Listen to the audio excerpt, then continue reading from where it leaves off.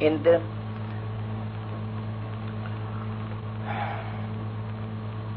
bu kishi tabibi ruhoniy, tabibi ruhiy qanday bo'ladi deb so'rab qoldilar. Endi shu kishini so'roqlariga, savollariga javoban hozir gapirmoqchiman. Maraz, kasallik ikki qism bo'lib, jismoniy kasallik buni tabibi doktorlar, mana bu dori darmon qiluvchilar, buni tabibi mana shulardan iborat. Ruhiy kasallik, mana buni tabibi anbiyolar, avliyolar, ulamolar, mana shu zotlar odamlarni ruhiy kasalligini tabibi bo'ladi. Xudoy taolo shu ruhiy kasaldan xabar berdi. Fi qulubihim maradun fazadahumullohu marada. Bu munofiqlarning dillarida maraz bor. Xudo bularni marazini kun sayin ziyoda qilaveradi. Bu qanaqa Parvardigor buni kun sayin marazini ziyoda qiladi desa savol qilsangiz, men aytamanki, har bir Xudodan hukm kelgan vaqtida shu munofiqlar inkor qilaveradi. Inkor qilgan sari marazi ham ziyoda bo'laveradi. Ana. Endi buni shifosini, buni tabobatini kim qiladi desangiz, anbiyolar qiladilar, yaxshi nasihatlar qiladilar, bularni to'g'ri yo'lga soladilar, yomon ishlardan qaytaradilar, gunoh ishlardan man qiladilar. Mana bular ana shu ruhiy kasalni tabibi mana shular. Bular nasihat qilgan sari kun sayin ulamolar varasatul anbiyo deyiladi. Olimlar anbiyolarni merosxo'ri deyishadi. Rasulullohning hadislari bu. Qanday merosxo'r? Ulardan davlat qolgan yo'q. Ulardan faqat mana shu tabliğ qilish, nasihat qilish, amri bil ma'ruf, nahy anil munkar mana shu qolgan. Mana shuni ulamolar mutasaddi shunga. Bizning vazifamiz o'sha janob Rasululloh qanday bizga vazifa yuklagan bo'lsalar, o'shani ado etishga biz majburmiz. Mana shu tariqadan masalan ko'pchilikning ichida turib nasihat qilamiz, yaxshi yo'llarni ko'rsatamiz bularga. Yomon yo'llardan qaytaramiz, haromni harom deb ularga ko'rsatamiz, halolni ta'riflaymiz. Halol yuringlar, hidoyat yo'liga yuringlar, Parvardigorni buyurganlarini qilinglar. Ana shu deyish bizning vazifamiz. Biz ana shu ruhiy kasalliklarni tabibimiz. Bizni nasihatimiz bilan bitta hamta odam tavfiq topib yaxshi yo'lga kirsa, undan bizga ham savob Parvardigor beradi, o ana unga ham savob beradi. Ana shu, mana shuning uchun bu kasallik, ruhiy kasallik juda xavfli kasallik bu. Bu insonni halok qiladigan kasal bu. Bunga mubtalo bo'lsa, Xudoning g'azabi ham shunga bog'liq, balo ham shunga bog'liq. Hammasi mana shunga bog'liq. Ruhiy kasallikka bog'liq. Jismoniy kasal bo'lsangiz hech. Borib bir tabibning oldiga borasiz, qo'lingizga dori darmon beradi, shuni ichasiz, sapaga ertaga sog'ayasiz. Lekin bu ruhiy kasallikni chiqarish nihoyat darajada qiyin ekan bu. Mana shuni aytadiki, masalan ustozni haqqi ota-onani ham haqqidan ziyoda deydi. Nimaga shunaqa desa aytadiki, ota-ona bolani jismoniy tarbiya beradi. Unga g'izo topib beradi, yediradi, ichiradi, mana shunday ulg'aytiradi. Ammo ustoz ruhiy kasalligini tuzatadi. Ta'lim beradi, Xudoni tanitadi, ibodat qilish yo'llarini o'rgatadi bunga, olim qiladi. Mana shuning uchun ustoz ana shunday bir shifokor ruhiy kasalliklarni ana tuzatadigan tabib ekan. Mana shuning uchun masalan Xudoy taolo hakimona odamlarni yaratib shunday o'z holiga qo'yib tashlab qo'ymadi bularni. Ana ayahsabul insonu an yutraka suda. Xudo Qur'onda aytayaptiki, oyo inson gumon qiladimiki, buni shunday bir hayvonotda yaratib tashlab qo'ygan, hech nima bunga vazifa yo'q, yo bunga biron bir narsani bajarishga ma'mur emas. Shunaqami? Yo'q, bunaqa emas. Bunday gumon qilmasligi kerak.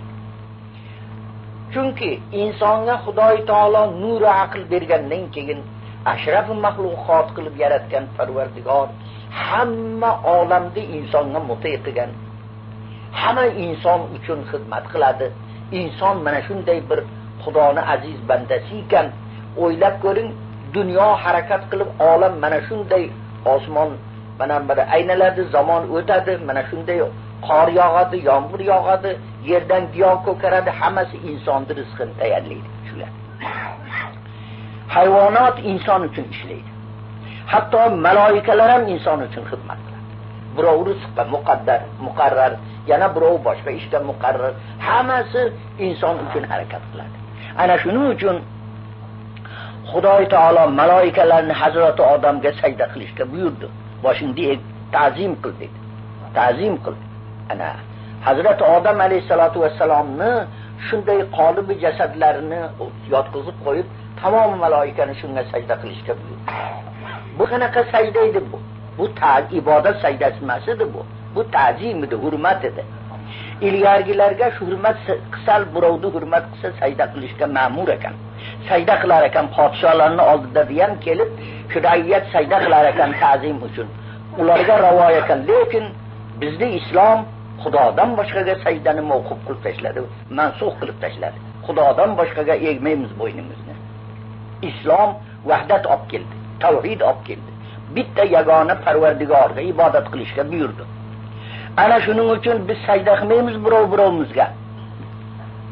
Endi hammasi bu insonning mukarramligi, azizligi mansabidan Xudoy taolo bo'yniga vazifalarni ham ulug' yuklab qo'ydi. Ulug' yuklab. Ibodat qil dedi. Xudoni o'zingni, xoliqingni tani. O'shanga bo'yningni ekkin. 5 vaqt namozda biz boshimizni yerga qo'yib, Parvardigorni ta'zim uchun mana shunday qilamiz, ibodat qilamiz. Endi shu rizq ro'zilar mana shunday Parvardigor bizim uchun shularni anchayingi ne'matini biz shukrini ado etolmaymiz. Bizni vujudimizdan to oyog'imizga doğru Xudoni ne'mati to'la, ichimizda ham to'la tandurustlik bergan, ko'z berdi, quloq berdi, til berdi, hamma narsa insonni idrok va aql berdi. Bu ne'matlarni shukronasini biz ado etolmaymiz.